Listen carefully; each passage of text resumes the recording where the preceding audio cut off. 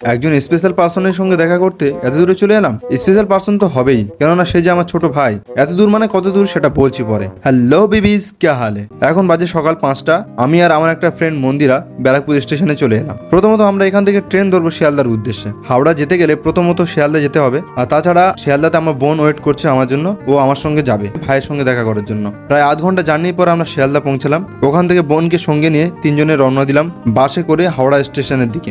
যাওয়ার পথে এই সকালে হাওড়ার ব্রিজের এই যে চিত্র, মন মুগ্ধ করা, অসম্ভব সুন্দর একটা দৃশ্য। হাওড়া স্টেশনে পৌঁছানোর পর মন্দিরাকে বিদায় দিলাম, কারণ মন্দিরা যাবে মালদাতে, আর ওর ট্রেন রয়েছে 9:30টার দিকে। তো আমাদের ট্রেন রয়েছে সকাল 6:30। যদিও হাওড়া থেকে কোনোদিন local train time to time ছাড়ে না, প্রায় আধ ঘন্টা লেট করলো ট্রেনটা ছাড়তে। তারপর লং জার্নির পর খড়গপুর পৌঁছলাম। এখানে এসে আবার প্রায় আধ ঘন্টা ওয়েট করালো। তারপর ধীরে ধীরে 9টা ট্রেনটা পৌঁছালো মেদিনীপুরে 10:53 ভাবা যায় কতটা লেট করলো। আমরা লোকাল ট্রেনে চড়ছি বলে কি আর আমাদের কোনো ইম্পর্টেন্ট কাজ থাকতে পারে না টাইম টু টাইম?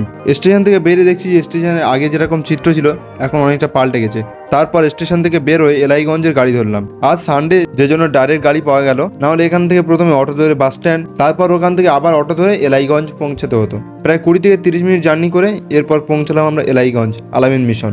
এখানে আমার ভাই পড়াশোনা করে। যখন ক্লাস 11-এ পড়তো তখন এখানে ভর্তি করা হয়েছিল। সেই ভোর ভোর যে বেরিয়েছিলাম না, শুধুমাত্র ভাইয়ের কাছে আসার জন্য। বহুদিন পর ওকে দেখলাম, সত্যি একটা মনের মধ্যে যেন আনন্দ পাচ্ছি। তোমাদের বাড়িতে কেউ কি হোস্টেলে বা মিশনে পড়ে? যাকে দেখতে তুমি তাদের মিশনে যাও বা হোস্টেলে যাও, কমেন্টে জানিয়ে যাও। রাখি তাহলে, দেখা হচ্ছে নেক্সট ভিডিওতে।